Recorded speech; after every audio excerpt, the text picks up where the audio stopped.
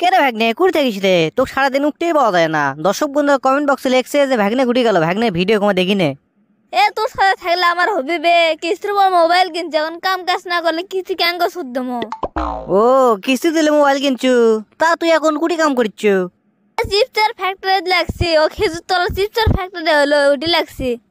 তেলে ভালোই করছু, কয়টি এবেন কি তুই ভালো জানিস। যাই হোক, আমি একটা কাম করা চাচ্ছি। দূর তোর খালি অসারও বুদ্ধি। তুই এটিতে ভিডিও করিস, ওটিতে টিকটক করিস, ইউটিউবত ভিডিও ছাড়িস, তোর সাথে আমার ঘুরলে দিন দেবে।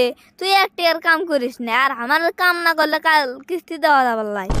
ভাগ্নে তুই কি কোষ না কোষ, মুখত যা আসে সবই কোষ। কে রে আজ তো তুই কামত যাসনি, কিস্তি দিব ঘুর থেকে।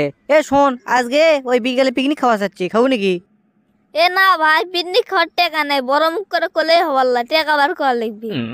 বাহ ভাগ্নে বাহ, আমি তোর ভাই হ্যাঁ কেন? মাথা তো আমার ঘুরলো বারে। তাই তো গান নাম আছে বারে, সম্পর্ক বদলে গেল একটি পলকে। না না, তুই টাকার জন্য করে, এই মাত্র পিকনিক খাওয়ার জন্য করে তুই আমার সম্পর্ক বদলে হেল দিলু। আমাকে তুই ভাই বেনে হেল দিলু বারে।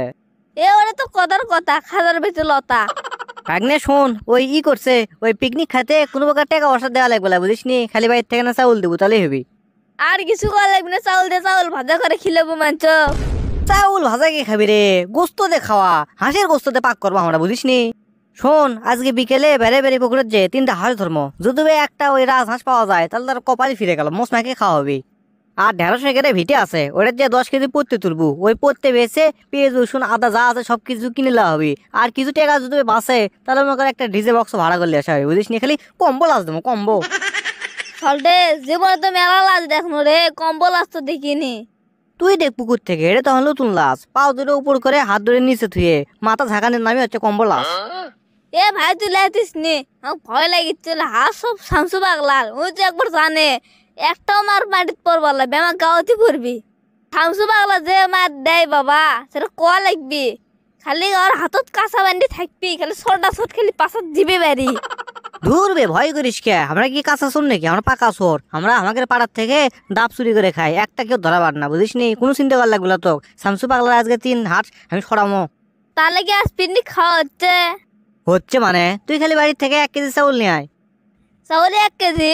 100 গ্রামের ভাতে আমি তাই খাই না, আর 1 কেজি আমি কোন দুঃখে আসমো? অসগুবি এক বুঝলি হবি। কে রে পাগলা হলে চাউল তুলে মনে করে কিছু চাউল যেগুলো লাগবে সেগুলো আমরা নিবো, আর বাদ বাকি চাউল আমরা বেঁচে দিয়ে যার বেশি কিনা লাগবে, বুঝিস নি? খাওয়া লাগবে ধুমছে। এটা পিকনিক করিচ্ছু, মজাই যদি না করা পারিস তাহলে হবি। তোরা তো বাইরের চাউল খাস, বরাদ্দ বাস না, আর আমাকে চাউল কিনে খাওয়া লাগে। হিসাব করে খাওয়া লাগবে, হাফ কেজি চাউল দিব না যা। মার হাবা মার হাবা মার হাবা, ভালো কাম করছো ভাগ্নে, যা হাফ কেজি দিলেই হবি, সমস্যা নেই যা।